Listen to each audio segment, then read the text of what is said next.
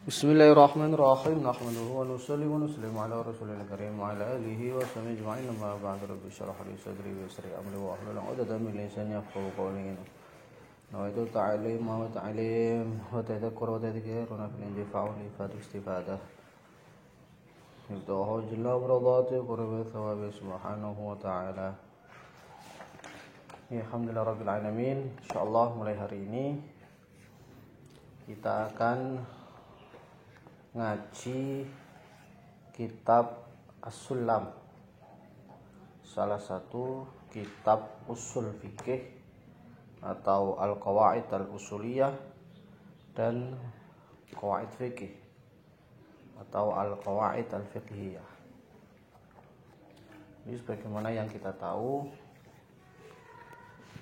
kitab As-Sulam ini karya Ustadz Abdul Hamid Hakim. Ini salah satu ulama dari Padang Panjang, dari Sumatera Barat. Beliau banyak menukil kitab As-Sulam ini dari kitab Irsyadul Fuhul karya Syekh Syaukani, salah satu ulama besar dari Yaman sana yang cukup masyhur terutama dengan karya monumental beliau namanya Nailul Awtar, salah satu kitab yang mengomentari kitab Muntaqal Akhbar, salah satu kitab hadis ahkam karya Syekh Ibnu Taimiyah Al-Jadd, kakeknya Syekh Ibnu Taimiyah yang terkenal kontroversi itu, imam wong Salafi. Nah, Syekh Syaukani itu mensyarai kitab Muntaqal Akhbar dengan nama Nailul Awtar, setebal 16 jilid. Mungkin ngalim nih Imam Syaukani. Hanya saja beliau tidak bermadhab.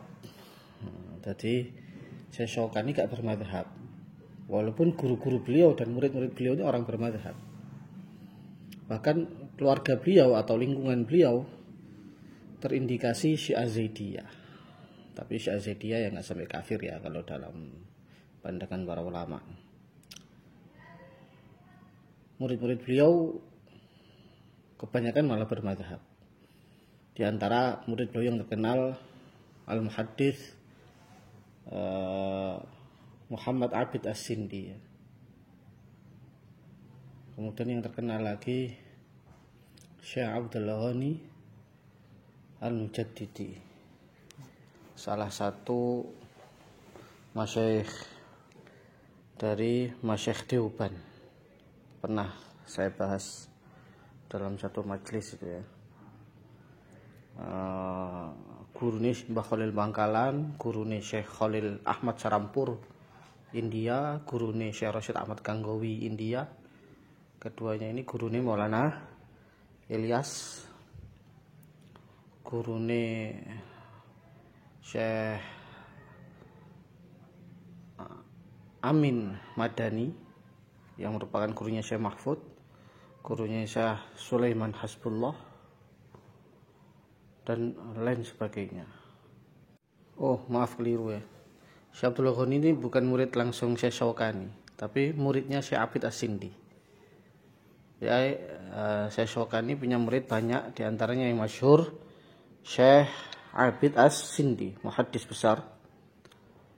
Lah Syekh Abid As-Sindi punya murid diantaranya Syekh Abdullah Ghani Ad-Dahlawi.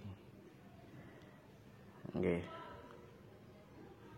Ringkese penulis Irsyadul Fuhul itu tidak bermadhab, sehingga kitab yang ditulis oleh Ustadz Abdul Hamid Hakim ini tentu saja juga tidak bermadhab.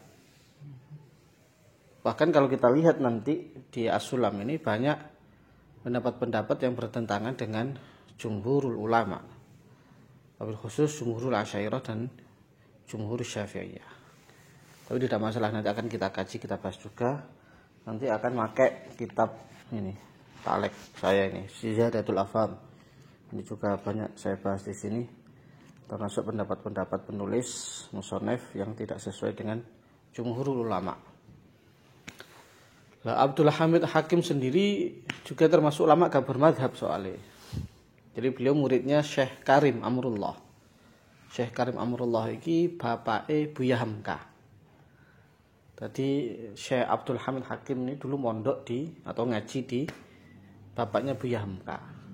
Termasuk murid beliau, menurut penulis ini, muridnya Syekh Abdul Hamid Hakim Buya Hamka sendiri. Jadi guse ya muridnya. Lah Syekh Abdul Karim itu bapak Ibu Hamka terkenal reformis. Awalnya beliau sufi sebetulnya karena bapaknya itu salah satu tokoh Naqsyabandi. Jadi Padang itu kan termasuk basis Naqsyabandi. Banyak guru-guru kita dalam tarekat Naqsyabandi itu orang-orang Padang. Termasuk Syekh Ismail Barusi, daerah Sumatera, Padang ya, sekitar Padang, Medan, Aceh, sekitar situlah. Baru sekarang ya masuk Medan ya. Tapi banyak juga yang dari Padang. Termasuk Syekh Abdul Wahab Rokan, itu muridnya Syekh Khalid Al-Baghdadi Al-Kurdi, salah satu mahaguru Naqsyabandiyah Khalidiyah, termasuk guru kita. Ini wong Padang. Nah, termasuk ayahnya atau bapaknya Syekh Karim ini salah satu tokoh Naqsyabandiyah.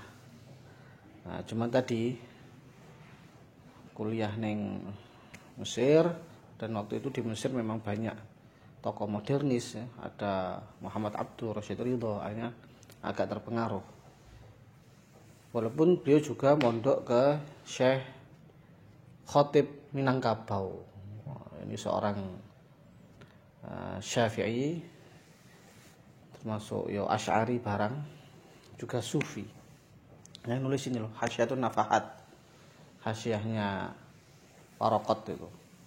Syekh Khatib Minangkabau, ulama Nusantara, ulama Padang juga, tinggal lama di Mekah dan nulis banyak kitab, ada 70-an kitab karya Syekh Khatib Minangkabau. Oke kitabnya.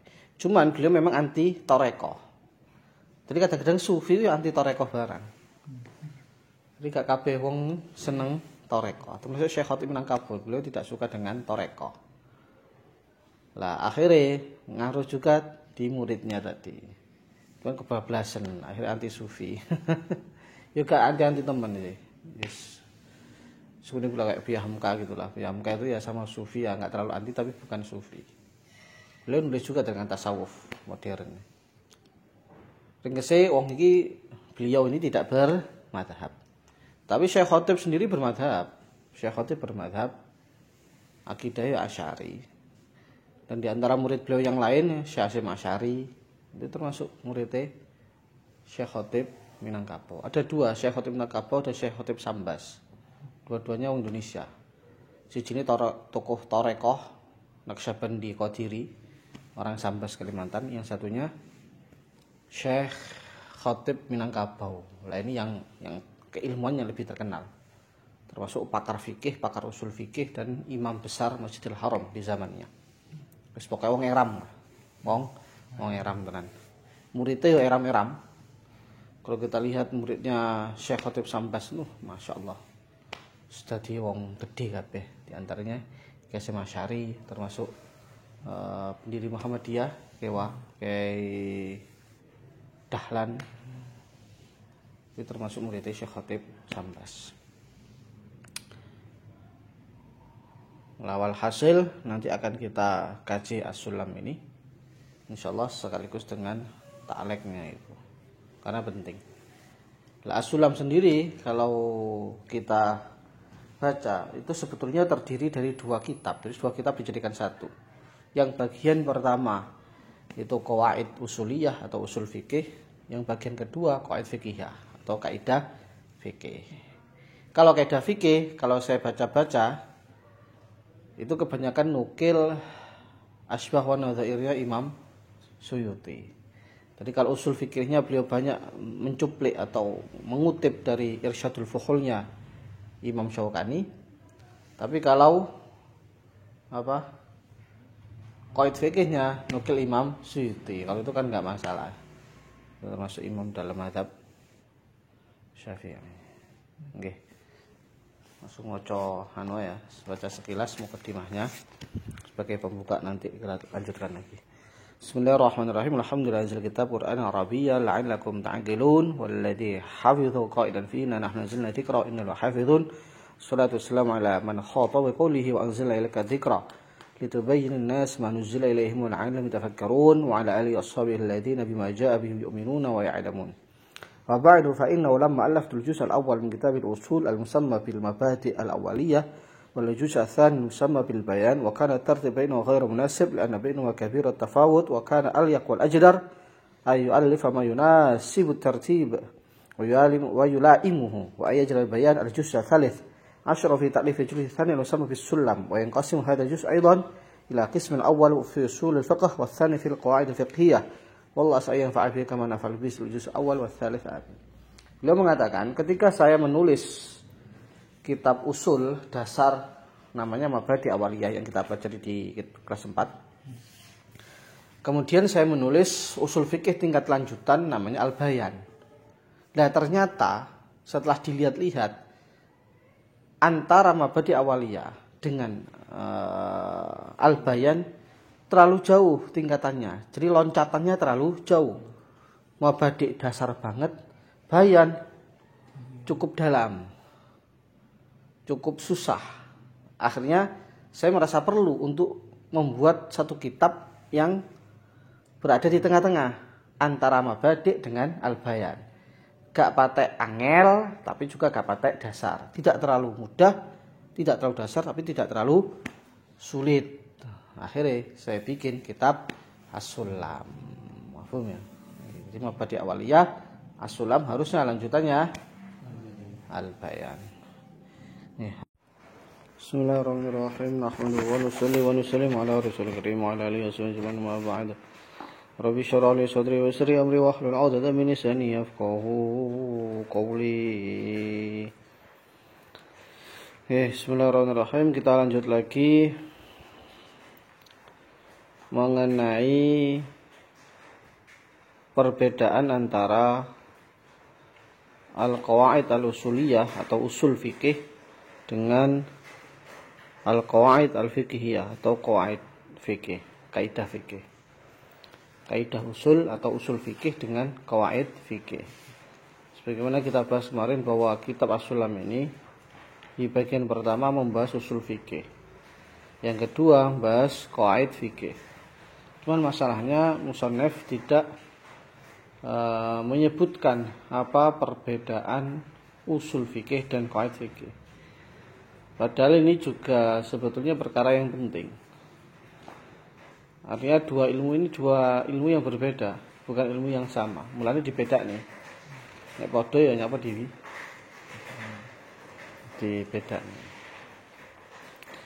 Nah, cuman musannif tidak menyebutkan, maka di sini saya membuat taklek di bawah tuh bisa kalian lihat ada 4 perbedaan qawaid fikih dan usul fikih. Sebetulnya lebih banyak lagi ya.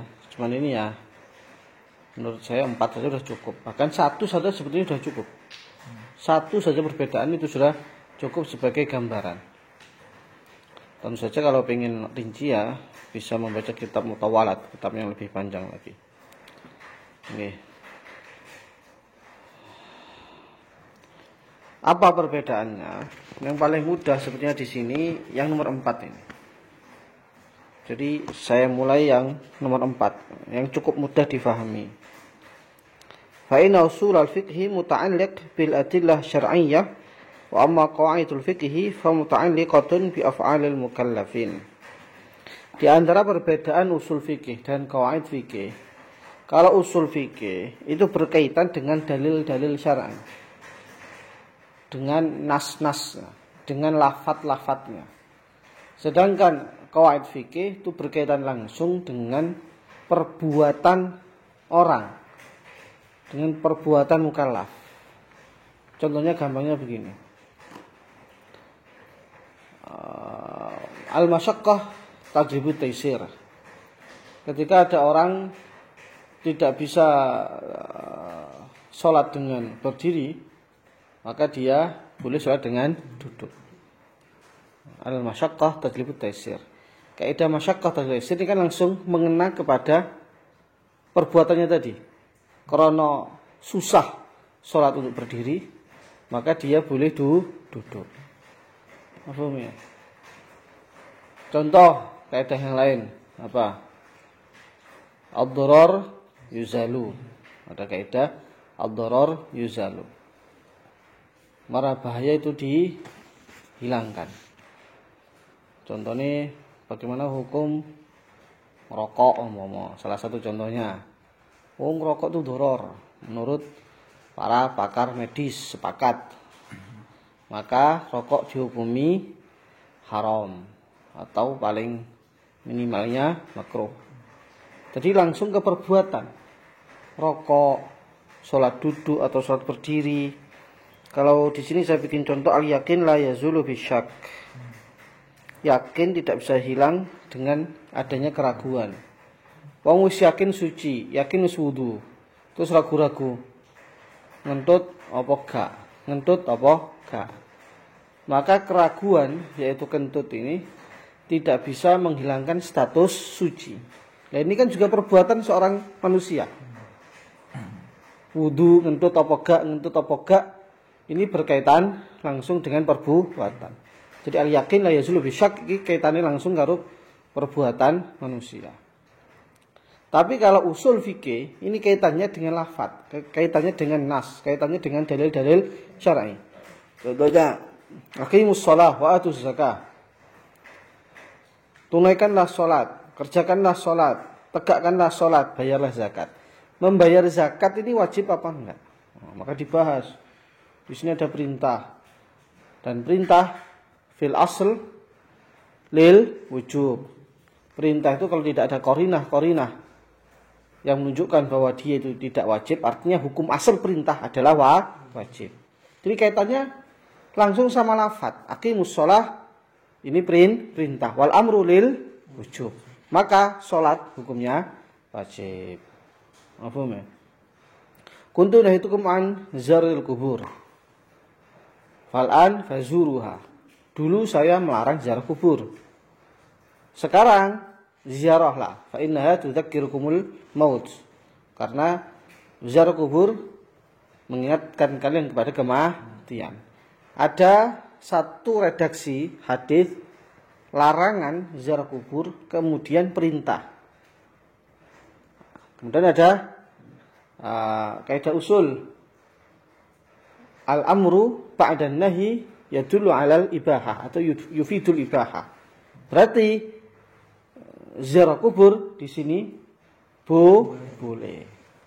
Enggak haram atau enggak makruh. Paham semacam ini. Jadi kaitannya usul fikih itu dengan lafaz. Dengan alfaz atau dengan nas Al-Qur'an atau dengan ayat-ayat Al-Qur'an atau dengan hadis. Sedangkan qawaid fikih dengan perbuatannya.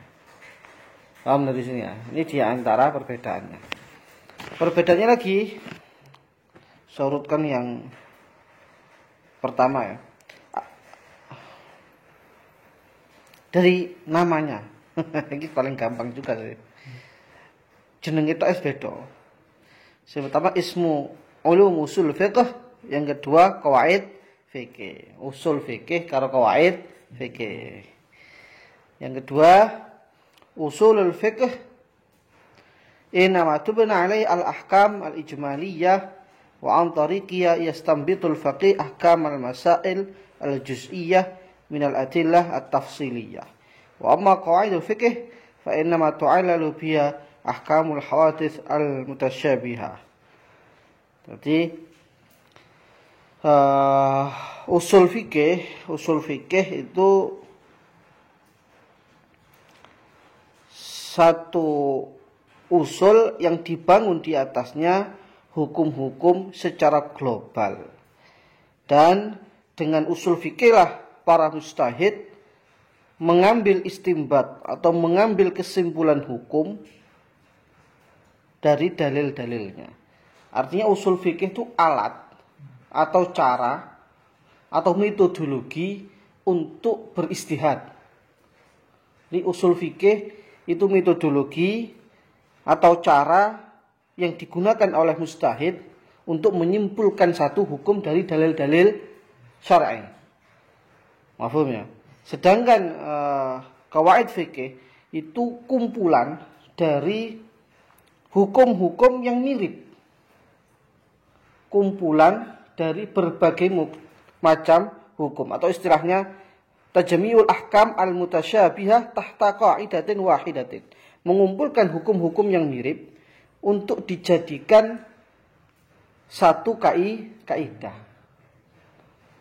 Contohnya, umpama sholat wajib, sholat fardu wajib berdiri, sholat sunnah tidak wajib berdiri. Terus sholat fardu harus ada niat fardiyah, sedangkan sunnah tidak harus fardiyah. Kan usolli fardul maghrib gitu. Kalau maghrib kan nggak apa-apa kamu usolli ba'dal maghrib boleh, nggak pakai kata sunnah. Contoh lagi,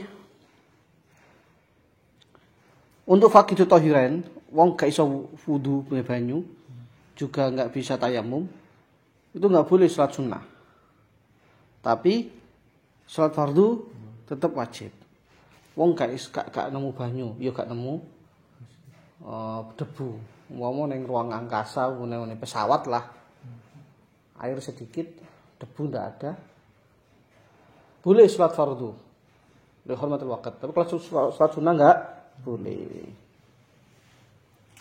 Nah dari sini, dari berbagai macam hukum yang mirip-mirip dan berbeda, yang mirip-mirip ini, yang ada kesamaan ini, maka disatukanlah dalam satu atap kaidah, yaitu an-naflu awsa'u minal fardhi. Kesunahan itu lebih luas daripada fardu. Apa ya? Contohnya enggak? Ya wakai nih. Contohnya. Nanti akan kita bahas ya di babnya nanti, di bagian kedua. Ringkesing ngono wae. Tajmi'ul ahkam al-mutasyabihah tahta qa'idatin wahidatin. Menghimpun hukum-hukum yang saling memiliki kesamaan di bawah satu kaidah. Yang ketiga, anna usul al-fiqh idza tafaqa atau idza tufiqa ala madmuniha la yustathna minha syai'un fa hiya qawa'id kulliyatun muttaradatun ka qawaid al-arabiyyah bila khilaf. Wa ma qawaid al-fiqh fa hiya ma'al ittifaq ala madmuni katsirin minha yustathna min kulli minha masail tukhalifa hukm al-qawaid bisabab min al-asbab kal istithna' bin nas aw al-ijma' ad-darurah aw ghairi dhalika min asbab al-istithna'. Walidhalik yutlaqu 'alaiha katsiruna bi anna qawaid aghlabiyyah aktsariyah la kulliyah muttaradah atau muttaridah. Ringkese usul fikih ini walaupun isinya, walaupun ketika madmunnya atau substansinya ini diittifakati, nah isinya disepakati, kuwi la yustathna minha syai', betul-betul mencakup semuanya. Sehingga bisa dikatakan usul fikih itu qawaid kulliyah muttaridah, qawaid yang komprehensif. Kabeh mlebu. Kayak al-amru lil wujub. Perintah ketika tidak ada qarinah yang menunjukkan bahwa dia tidak wajib, maka pada dasarnya lil wujub. Ini kan kaidah kulliyah, kabeh mlebu ning kono. Perintah mlebu ning kono. Nah ini berbeda dengan qawaid fikih. Qawaid fikih walaupun isinya itu matmunnya tadi disepakati, tapi tetap nanti banyak mustasnayatnya, banyak pengecualiannya. Lon, setiap kita nanti baca qawaid fikih ya, nggak tahu kapan ini kan paling akhir itu. Mesti wastathna min hadhil qawaid kan begitu. Mama la yunsabu ila sakitin qaulun. Orang yang diam maka tidak boleh dikatakan bicara, tidak boleh dihubung-hubungkan, tidak boleh dinisbatkan kalau dia ini bicara. Artinya diam ya diam, enggak mesti setuju. Mama kowe ngrusak motore wong. Rusak. apa ngurusak barangi wong. Terus dia menang. Bukan berarti dia kan menang, berarti setuju enggak, maka mesti gak bisa. La yungsabu ila sakitin qaul. Dan ini banyak hukum-hukum yang semacam ini. Furuk-furuk yang menyatakan bahwa wong nek menang gak iso diomong ngomong. Tapi pengecualiannya juga banyak. Banyak sekali. Di antaranya perawan, nek ditawari rabi, terus dia menang. Sum tuha atau suku tuha idmuha. Mafhum ya? Jadi qawaid fikih istilahnya qawaid aghlabiyah. Rumus-rumus atau kaidah-kaidah mayoritas.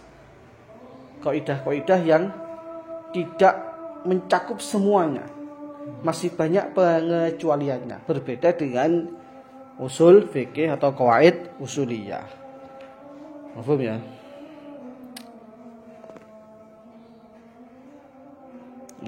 Insyaallah besok kita akan mulai bab pertama. Nanti aja kapan-kapan bisa kita lanjutkan lagi. Mungkin ketika bab qawaid fikih ya. Karena di sulam ini agak unik juga, entah musonef lali apa sengaja beliau tidak menjelaskan definisinya, faedahnya sebagaimana yang beliau buat di usul fikih. Jadi ini usul fikih beliau buat itu apa definisinya, secara bahasa apa, faedahnya apa. Tapi kalau qawaid enggak. Nah, nanti kita akan bahas apa itu definisi qawaid, faedahnya apa, apakah bisa dibuat hujah atau tidak, dan lain sebagainya.